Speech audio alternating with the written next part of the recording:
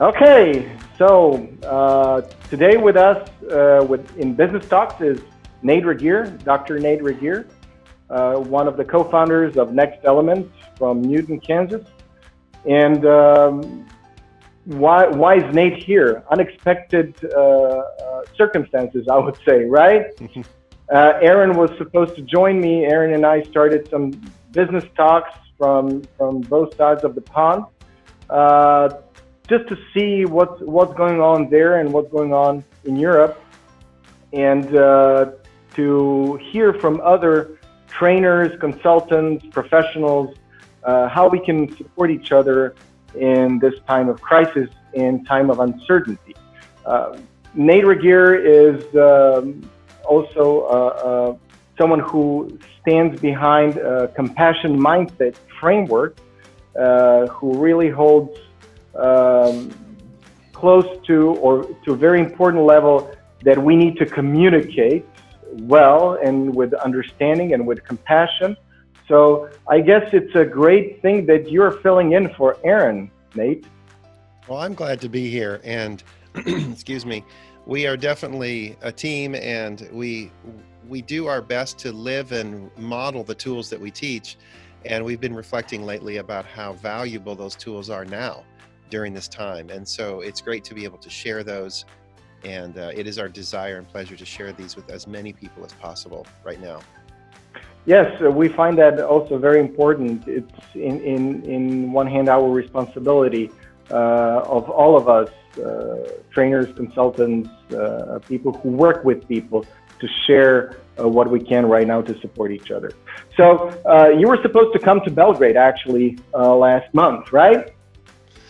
Yeah, I was set to do a keynote at the Atria Group coaching conference in Belgrade, and I've never been. I was really excited and had all my plans made, and was actually looking forward to seeing you as well. So yeah, it was the first big thing to cancel. Yes, it was a very well expected event here. And on a personal note for me as well, because both you and Aaron were supposed to come here, and it would be your both of you first time in Belgrade, and to see you also as a keynote speaker there. So we'll talk on Thursday together with Peja more maybe about the event and what people were supposed to pick up there, and what we can expect maybe for the next event that's going to take place when this all settles. But as you see, now I have back my shirt and my jacket on, back in the office. Yes. So I'm free at last. I had to sit in for 4 weeks in my apartment due to this Corona crisis. How about you? How is the Corona crisis hitting you personally, your family, and your business? Yeah. Let's start with my family. I have 3 daughters, and 2 of them were away in post-secondary education, in college and graduate school, and all of them came home. So we've had a house full for the last 5 weeks, starting in early March. And it's been probably like any family, where everyone's back at home again. There's the joys and the tribulations, but we have a very close family, and we love to spend time together. Thankfully, my daughters are all athletes, so they're all keeping us fit. They're keeping us doing exercise regimens every day, sometimes against our will. And we love to cook together, so we're doing a lot of the things that we always used to do over holiday, except with more of a routine now. And that's good. They're getting a little stir crazy. They all have boyfriends. One of them is engaged, and so they all want to see the men in their lives, and that's been a bit of a challenge now with sheltering in place. We have a sheltering in place order here in Kansas, and personally, I'm doing better now. I was reflecting with another business leader yesterday about the different phases that we've been through, almost like the stages of grief, you could say, as we adapt and accept and move forward. And business-wise, we lost about probably 90% of our business in 2 weeks. It was gone in early March. And so it's been an incredible journey so far, kind of realizing the waves of what this really means for our business and our industry of training. and even more specifically, in-person training. And so that's been quite a struggle. I know we'll talk about that, and so I'm happy to share, and I've been very grateful for all of the peers along the way that are willing to share their stories and share what's working. Mm-hmm. So, what kind of businesses are you working mostly with? What size, and does size matter? What matters actually now when it comes to losing, keeping business, or keeping in touch? What's, from your perspective, most important thing? Well, we work with all sizes of business, all the way up from individual coaching, all the way up to large corporations, multinational corporations, and we're fairly rural. Kansas is a fairly rural state, and so some of the industries that we work with here have continued business as usual until very recently. And we work with education, and we've continued to do work with some of our local clients virtually. But most of the large companies have put everything on hold to respond to the coronavirus and adjust their strategies for their customers. And so everything's been on hold indefinitely around that. Mm-hmm. So what we did, we tried to reach out to most of our major clients, of course, and to see what's going on with them, to learn, what are the challenges they're facing right now. Not all of them would share a lot, but it was more on a personal level, I would say. Business-wise, it's, like everything is on standby. Where do you think our focus should be right now? We did the same thing. That was phase 2 of our response to this. Phase 1 was simply gathering ourselves, kind of like a big storm has come through and everyone walks out of their houses to see if everyone's okay. That was phase 1. Phase 2 is reaching out and making personal connections. And to your point, that people just wanted to know they aren't alone and wanted to know that there's someone else out there thinking of them. And that was reassuring. And also we learned a lot from our customers during that time. We continue to reconnect with them. And I think timing, every country, every region is going through this in their own timing. For us, everything really hit late February, early March. So we're about 6 weeks into it now. And I think now companies are beyond wanting to simply just commiserate and connect. And now they're moving on into how do we help our people survive and thrive in this new reality? Because sheltering in place and working from home is not just a couple days. This is quite an extended period of time. So people do need to retool and reskill quickly. And that's where a lot of our efforts have been now, and most of our peers in the learning industry. Wow, now there are a lot of questions also coming out, but the one that I have is definitely support of the U.S. government. Is that gonna help to any extent? And especially considering that the U.S. is more like performance and profit driven, right? Yeah. So, and you're now talking more about supporting people, which is more in the compassion mindset framework, right? It's more about actually knowing your community, studying at your college as well. I know it's more about taking care of each other, being observant, being also helpful, community-oriented. So there is not much orientation on profit and in that sense. So how does that come together? How is that changing the mindset of the companies that you're working with? And is the U.S. government going to help you anyhow? Oh, George, so many good questions. And I'll attempt to answer a few of them. And this also gets into some philosophical kind of existential realities that we're dealing with. So great conversation.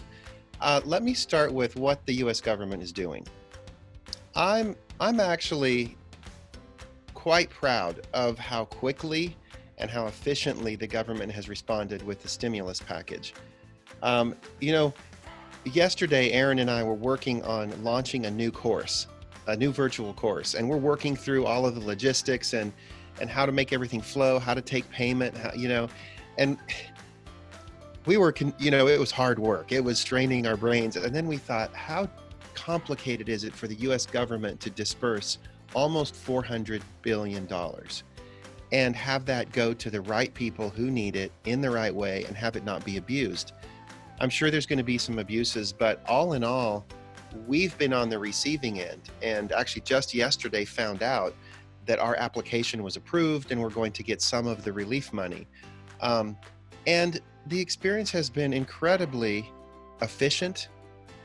Lots of people wanting to help us, limited paperwork, very little bureaucracy, online. So I'm just impressed. And I think this is a time when a government can make or break their reputation. And I think from the perspective of actually dispersing the money, they're doing a pretty good job.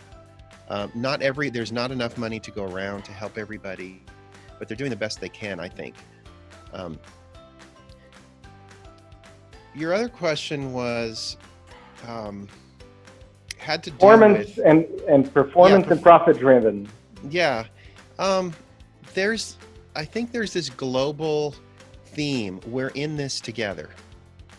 Yesterday, everyone says it. We're all saying we're in it together. Everybody's helping each other out. Everybody's going through it, so we can empathize with each other.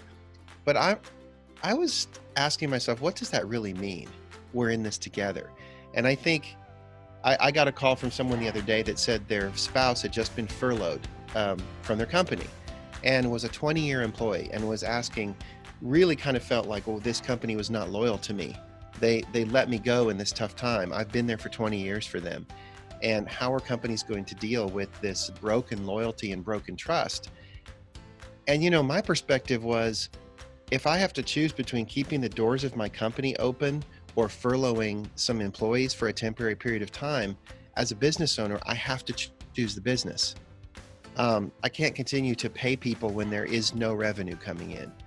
So that's where the profit driven really goes up against this idea of we're in it together. And when there are businesses that are thriving now, like grocery stores, they're hiring like crazy. I could go get a job at a grocery store right now if I wanted to. So they can't keep up and we have no business. So it's a very interesting kind of dilemma there. But I do think all in all, we're starting to get in touch with the human element and this idea of relationships, because the very first thing we did when everything went crazy was connect with people. And I think some companies did a better job than others of making that emotional connection. Some really did not show compassion. They simply showed strategy. What you're saying, Aaron mentioned that one of the first things you guys did, you said, okay, we're not going to be receiving paychecks, full paychecks as before the crisis, which is in a way what I've learned talking with some gents from the region. You have like an American model and the Japanese model of dealing with hardship like this. So the American model is, first, how you're going to cut expenses, you're going to fire people, right?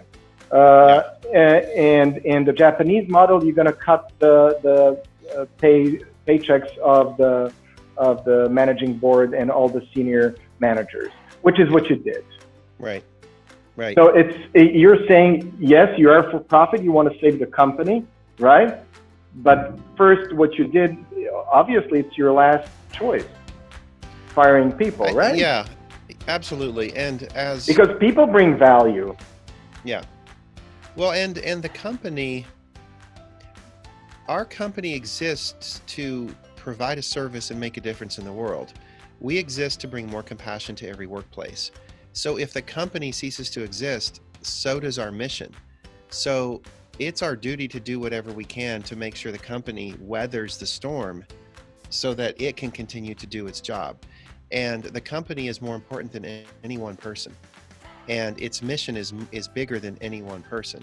I mean, I'm a founder of the organization, but the mission is not me.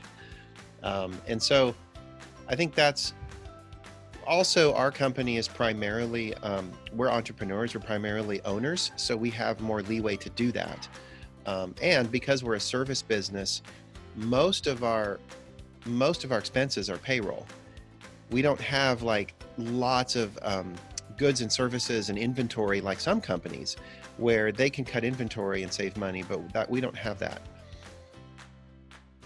So, but still, you're aware that everyone needs to chip in order to survive, right? Oh yeah, absolutely. So, and it's not chipping in only financially, but it's also chipping in with ideas, suggestions, proposals of how to overcome this, right? So, in that sense, how much did you come across with your current clients that they've gathered, let's say, task forces or special teams for coming up with different scenarios, coming together to come up with solutions? Yeah. Okay, are we going to sink? Are we going to come to the safe harbor, or are we going to get elsewhere?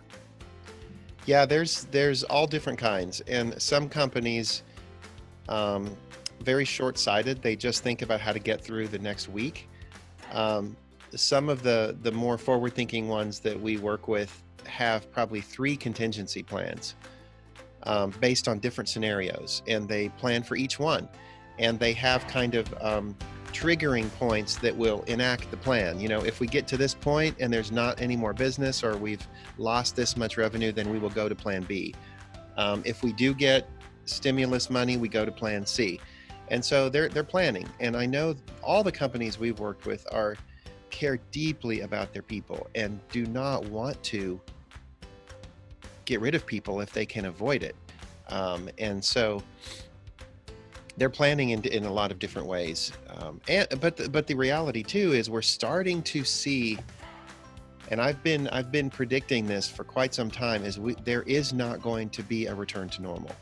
We are not going to just weather the storm and then pick our lives up and go on with life.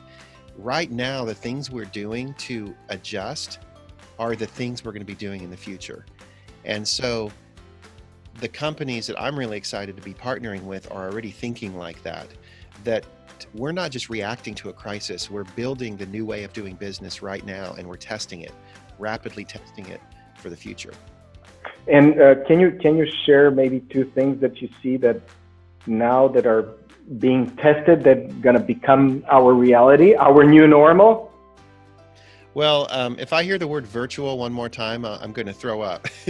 But it's virtual. It's more and more ways of doing meaningful work and having meaningful relationships using virtual technology. Our business is heavily dependent on the nuance of individual communication. And we believe for years in our industry, oh, you can't teach these things virtual. You have to be in person. And we get kind of arrogant about that. Well, now every assumption is being tested, and we're breaking through and discovering all kinds of creative ways and effective ways to teach interpersonal communication skills through these mediums. So that's one big change, is I think we're going to break through in our effectiveness of interpersonal communication virtually.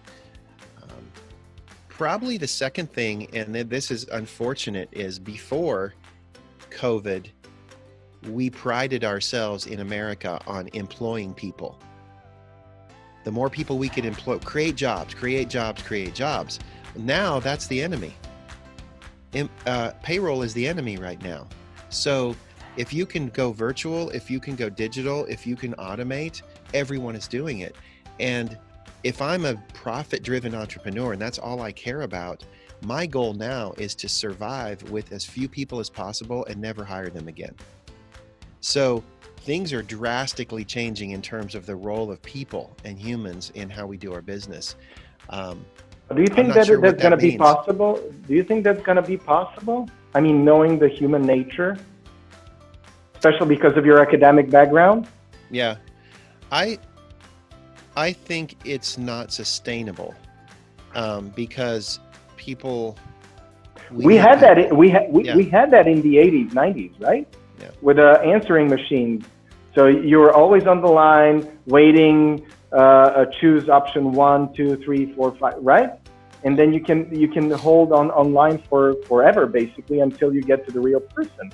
And based on a lot of research big companies did, they realized we need to bring in real people to answer calls, right? And to take care of customers. So I guess artificial intelligence is going to help there a lot. However, do you think it's going to then last the way you explained it? I think it will go more of that will happen.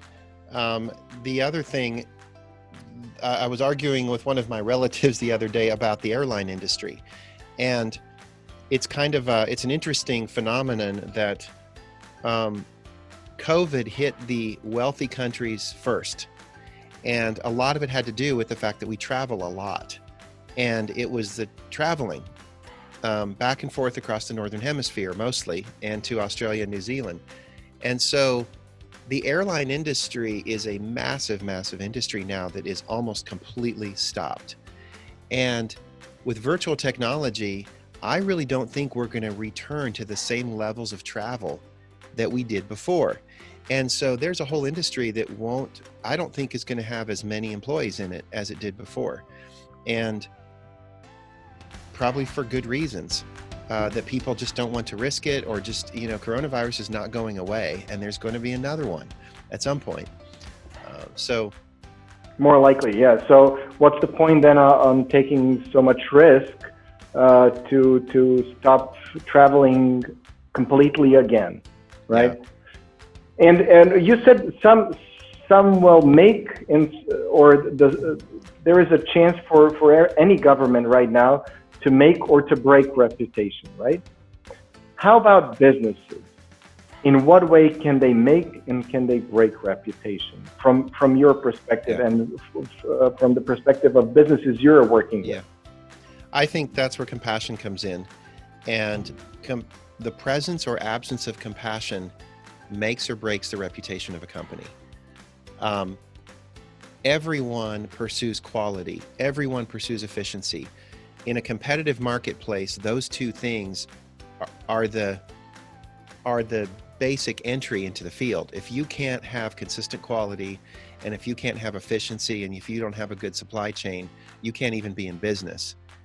But compassion is the great differentiator now. It's the next thing. And compassion really has to do with the human emotional relationship side of our interactions. And it doesn't matter what our business is. I don't care if it's Amazon getting a book on Amazon Prime, or if I'm having a very high touch experience at a airline counter. It's all about compassion, and probably not the kind of compassion that most people are used to. But we're seeing a much fuller definition of compassion that is really differentiating the companies that I think positioning themselves for the future and doing well now and are strong now compared to the ones that won't make it. And what about people at the workplace? And their superiors. There is always an expectation, for example, like a dress code. I wanted to experiment today a little bit, but while I was in my apartment, I was just, t-shirt, that's it, because I'm at home, and, kids are around, and should we change that, or should we stick to the corporate kind of culture appearance? What should we do there? Is it normal, or is it new normal, or what? I'm glad you brought that up. I think there's an interesting transformation happening, and this trying to work from home and have video and audio is a great unveiling of the humanity and the vulnerability of people.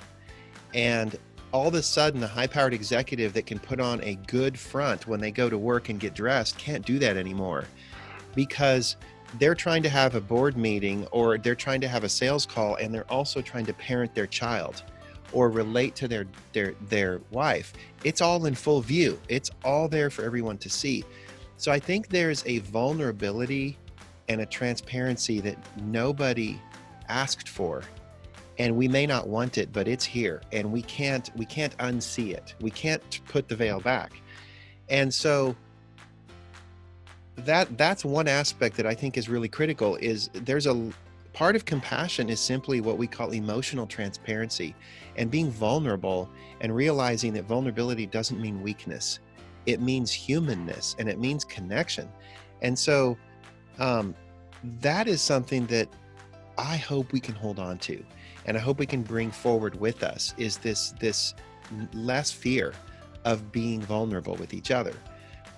There's another side of it, though, and that's the whole power of routine and habits. Aaron and I were talking about how, maybe you too, we get dressed up now, not because anyone's going to see us, but because we need some normalcy. We need some routine. I don't feel productive when I'm sitting in my lounge pants for the 10th day in a row, with just a shirt on top, so I look nice.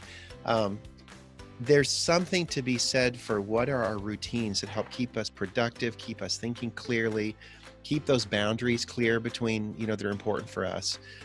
So two dynamics that I think are going to change completely the face of how we do business.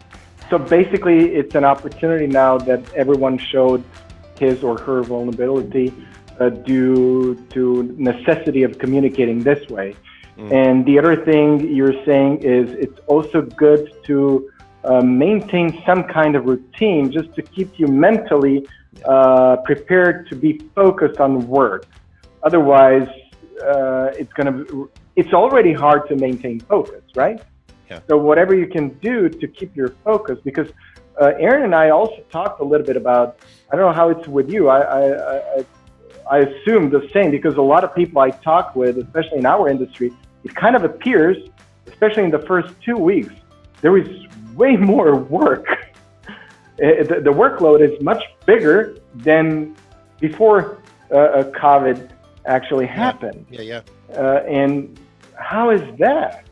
So I guess we all had to sit down and first absorb what's going on to try to understand it, and how to communicate with our closest ones and our peers, our clients as well.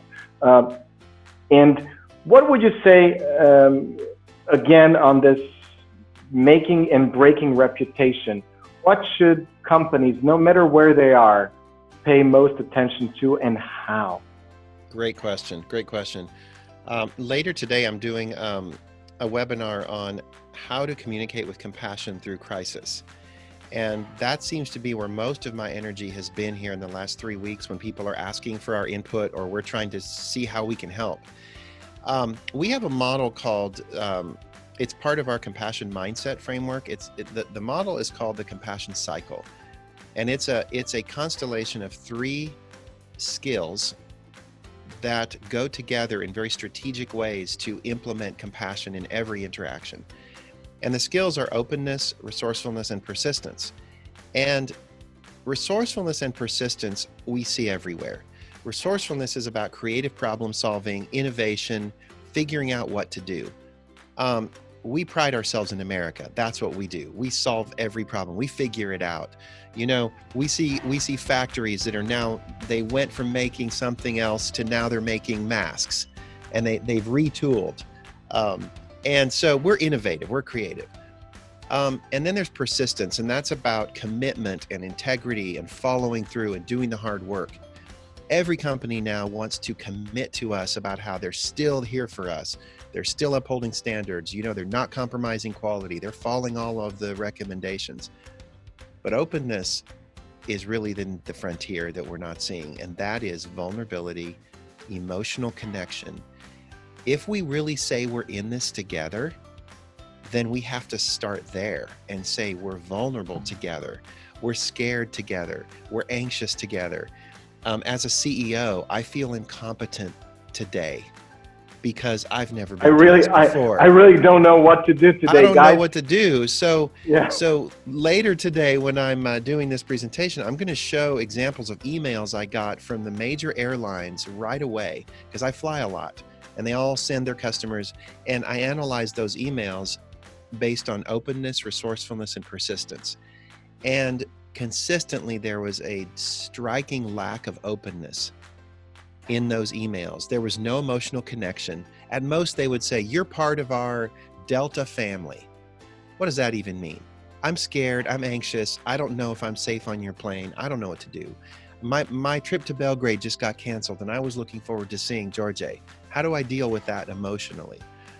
So we started reaching out to some of our customers and clients and saying, we're getting your corporate communications and they're lacking openness. Come on, this is the time to be vulnerable together. It doesn't make us weak, it makes us compassionate. And so I could say more about that if you're interested, but that's where we're seeing the big frontier. And the companies, we're encouraging the clients we work with to do this. And people will remember that. They will remember you were there for them emotionally and that we're humans together during this crisis. Something that we talked, Aaron and I, a little bit, and then I also talked to some of our clients, and we offered support in that sense if they want to.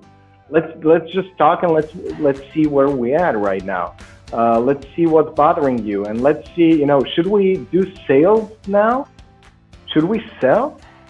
And we were like saying, of course we should, but we're not selling. If you're using a selling as a bad word, not as a bad word, we're just reselling our trust, so you can trust us again, or reaffirming that you can trust us, that we are a reliable partner.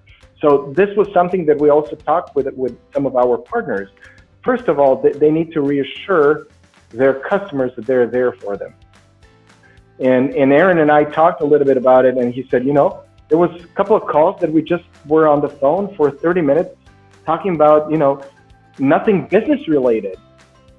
Yeah. But just showing, hey, yeah. I'm here for you. Yeah. Tell me. And out of those conversations, sometimes all of us can get something out of it.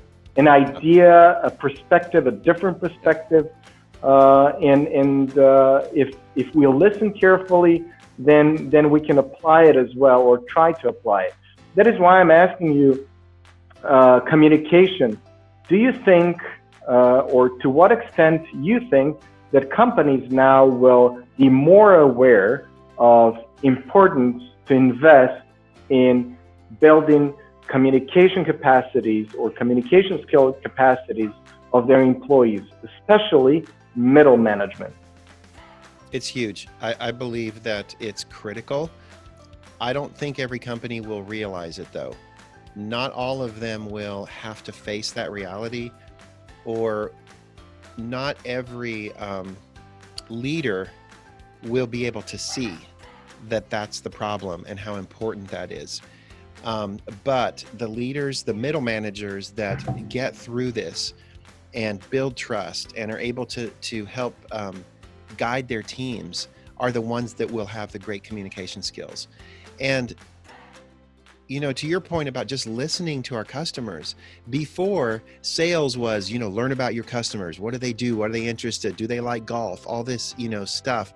Now learning about your customer is, are you struggling to find time to work when your children are running around? Do your kids want to go to the store every day and buy groceries and it's not safe and you don't know how to have conflict with them? Are you home so much now that you realize you and your husband really don't like each other? And we're talking about vulnerable stuff. That's now what we have in common. And it's a really solid starting place, because now we can say, how can we help you there? Because our communication skills start in the home. They start right inside of us. And there is the whole home work versus home lines, if they were ever blurred before, they're gone now.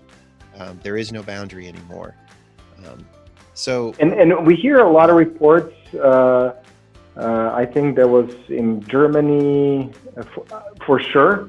They said that they're afraid to lock everyone at home because of domestic violence potentially. Then there is a record of increased divorces. Divorce rates have been increased. So how do we explain that? Where is the communication there? Isn't that the essential skill, basically, that we can communicate with each other, especially with loved ones, with close ones? Well, let's put those two together, domestic violence and divorce. In our town, a very large percentage of the children that go to school their families have low enough income that they qualify for free lunches or reduced cost on their food at school. So school is one of the only places they get a meal, a good meal. Homes are unstable.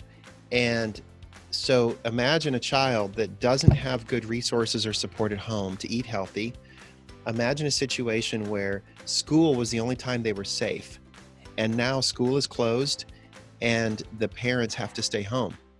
It's an incredibly volatile situation. So right now in our community, we're very concerned about domestic violence and children that aren't going to school. But then you add to that, let's say parents that maybe don't get along very well, but they're staying together for the children. And now they don't get to go to work and be away from each other. And so all of their problems are magnified and in their face all the time. I think that's partly what's going on, but partly they just don't have the communication skills to deal with the intense stress and boundaries and conflict that are present now. Can't get away from it. So what would be your suggestion to all of our viewers?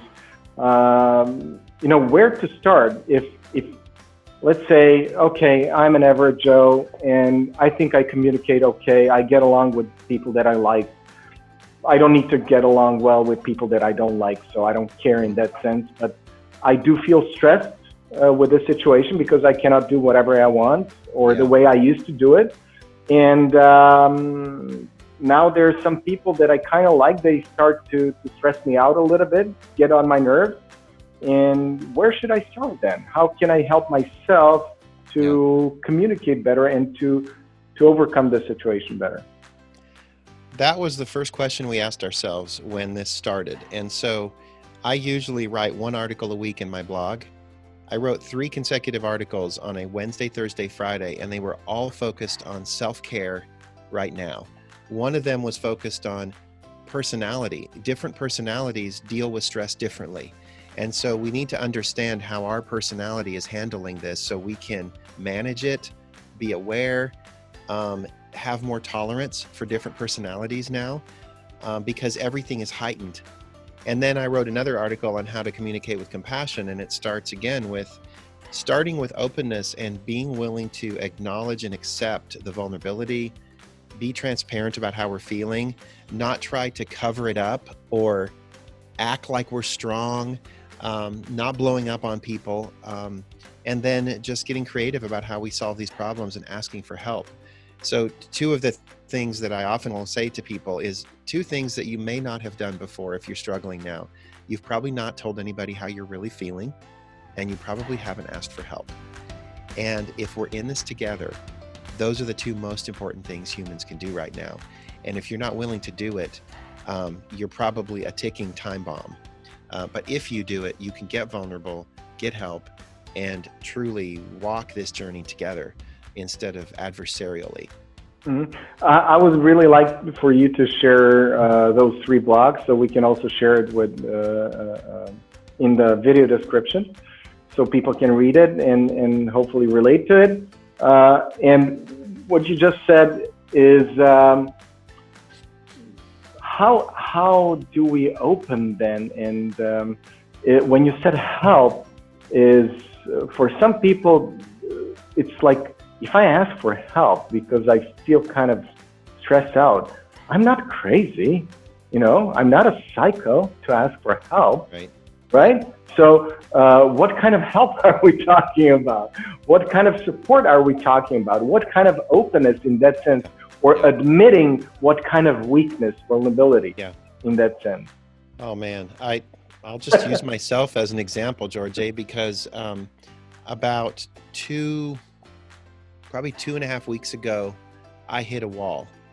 I was here at work by myself, and I walk to and from work now when the weather's nice. It helps me clear my mind. There's nobody outside. It's quite nice.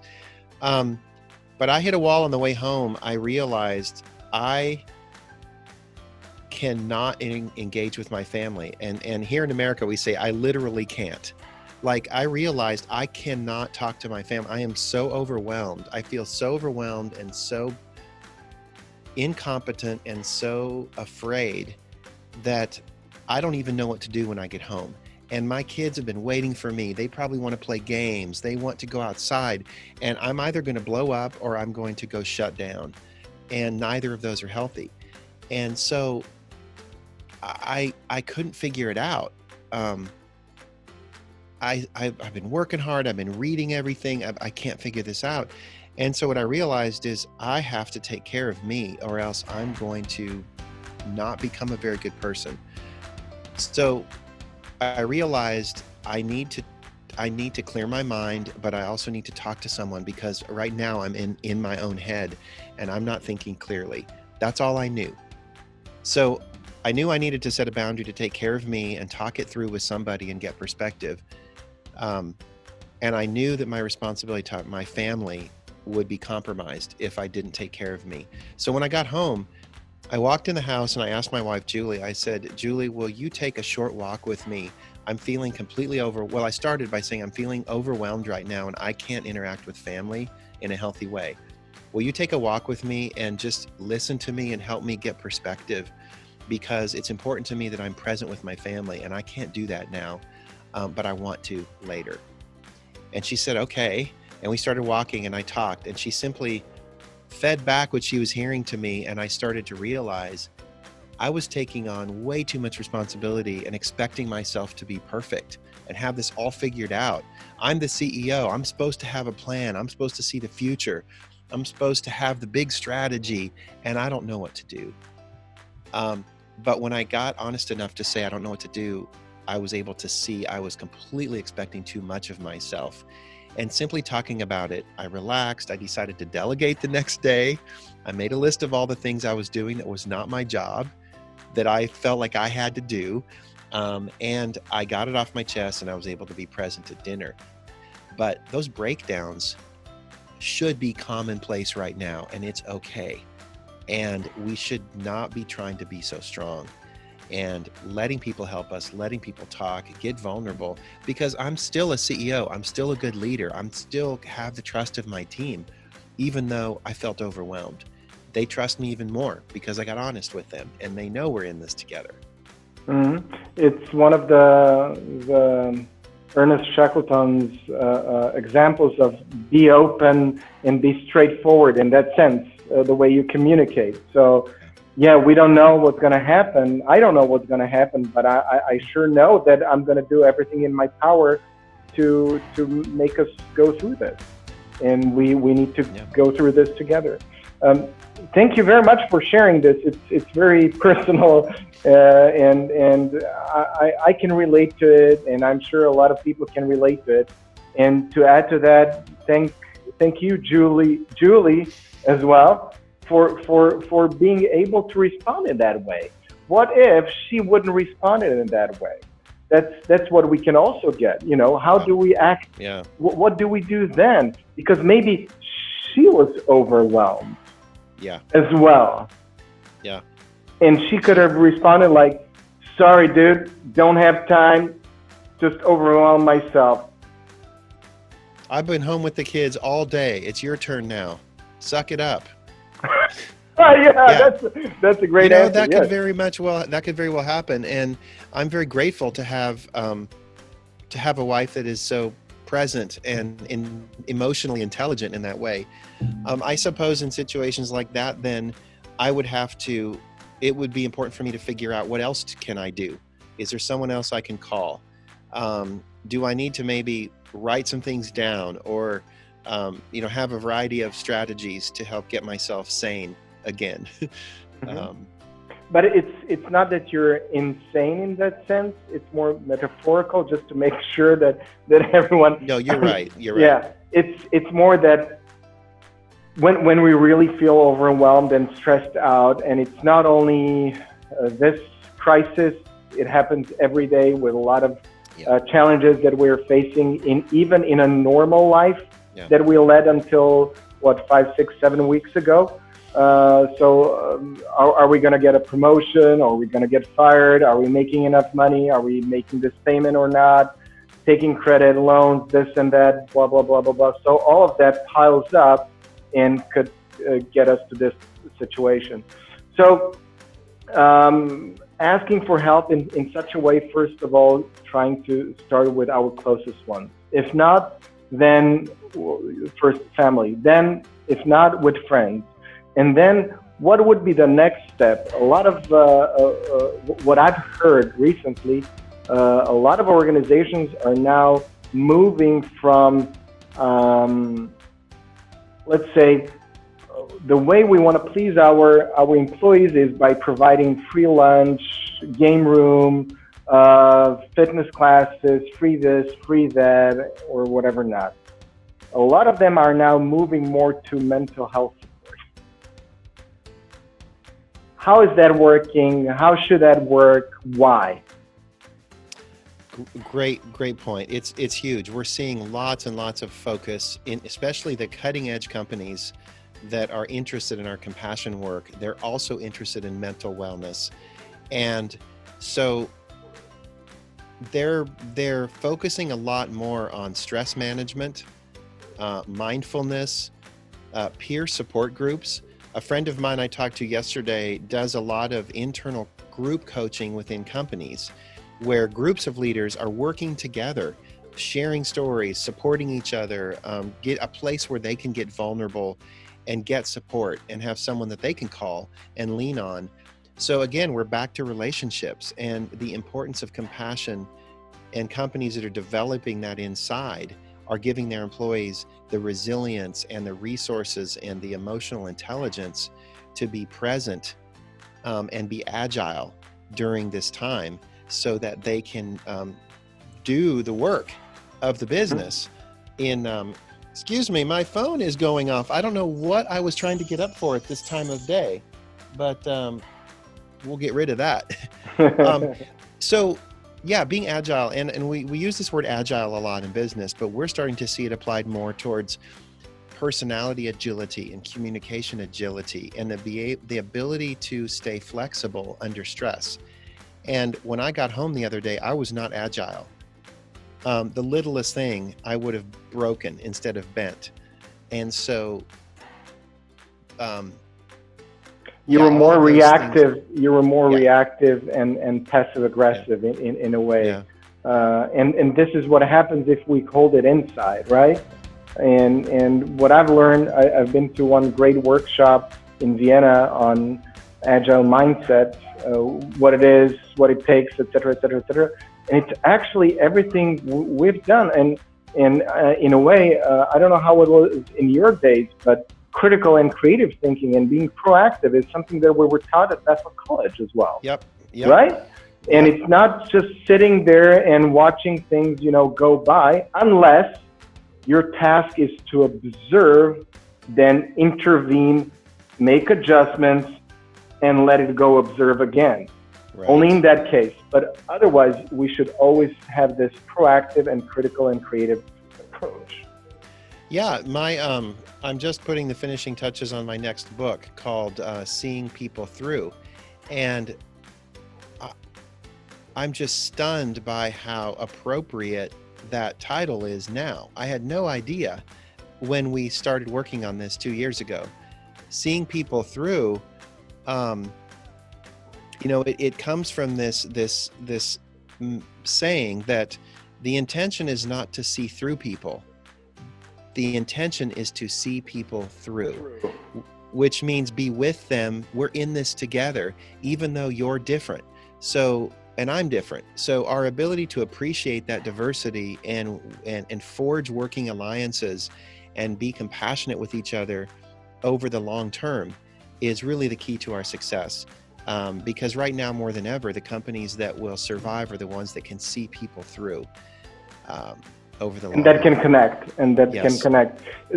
One of the things that I've thought about in this situation, and this is why I started with this kind of thing, format Business Talks, is actually to see how do we connect in this situation. To see what we can learn from each other. Where are we, as you said, vulnerable? What's causing your pain there? What's causing our pain here, or my pain here? What's causing pain of our colleagues in Austria, in South Africa, or anywhere in the world, and to see what can we share, learn together, and maybe even create something new together. Because in this situation, I think it's a great opportunity. If someone asked us, I don't know, 5 weeks ago, hey, shall we have something like this online? Sorry, don't have time, have travels here and there, need to work with a group of people, etc., etc., etc. But now I think we can create, maybe even or reevaluate our values again and create new values. Yeah. Well, when we talk to the most innovative leaders, the most forward-thinking people, even the most successful entrepreneurs, they will all tell you it's not about the money.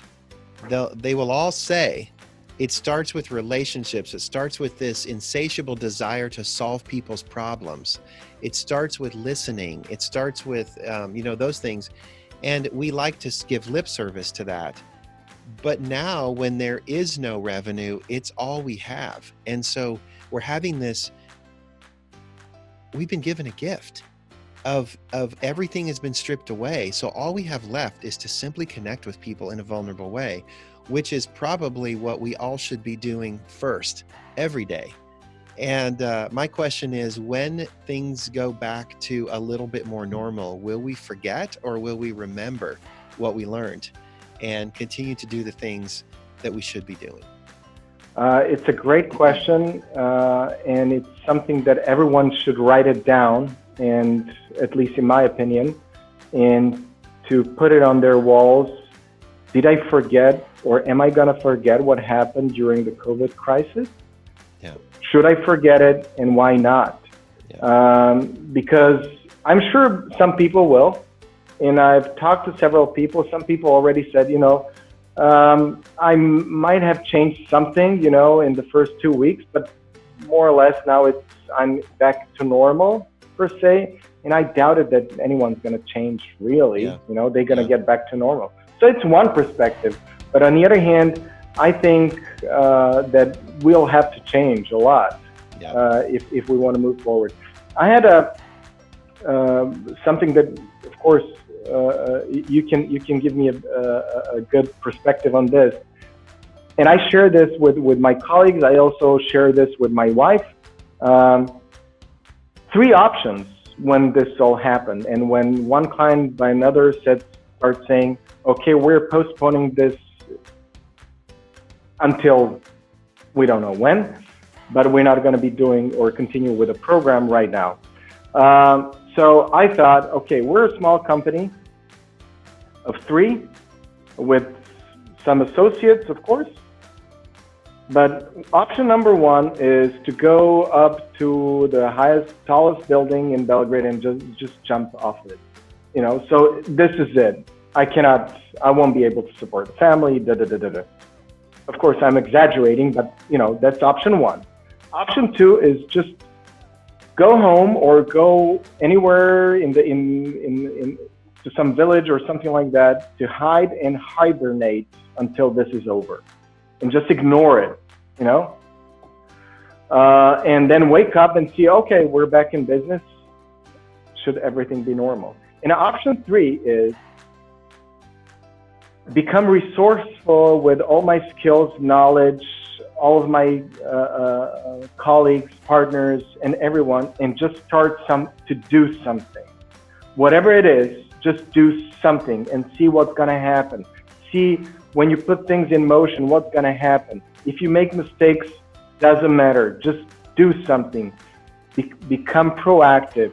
And at least if you failed at the very end, at least you could say, okay, I tried something. So is this thinking as an insane person or what? Right now, probably flexibility and curiosity is so important, what you're saying, that we don't know what will work. And so we have to open our ears and use the skills that we have, and in any way possible, creative way possible, to make a difference, without any guarantees, but we're learning the whole time. And I think that's wonderful advice. And those other two options, they're still in our heads. And I think it's important that we at least acknowledge it, even if we don't do it. Everyone would like to just curl up and go to sleep and wake up and it's over. I feel like that at least once a day. And I don't want to deny that feeling. I don't need to act on it, but it's okay to have it. It doesn't make me weak. It doesn't make me avoidant, but I don't have to act on it. And then the other one of just jumping off a building, we probably all feel like that at some level every day too. And it's okay to feel desperate for a few minutes and take a deep breath, and then get back to work. And so I love that third option, as long as we don't deny the other two. They still are there. I think denying them makes them more dangerous, but we don't have to act on them. It's just human nature to go there. But yeah, try. I am so sorry about my phone. I'm not sure what's going on. There we go. That's I apologize. Fine. A key learning point here is actually just acknowledge what's happening, share it out loud with yourself first, and then with someone close to you, and just don't act on something that you know it's not going to be good for you or for your community or for your closest ones. So do what you can, actually, right? Do what you can. Yeah, that's a principle of mindfulness, is simply observe non-judgmentally what you're experiencing. You don't have to judge it. You don't have to act on it. Simply observe it. It's probably telling you something. Every sensation can be useful, and then move on.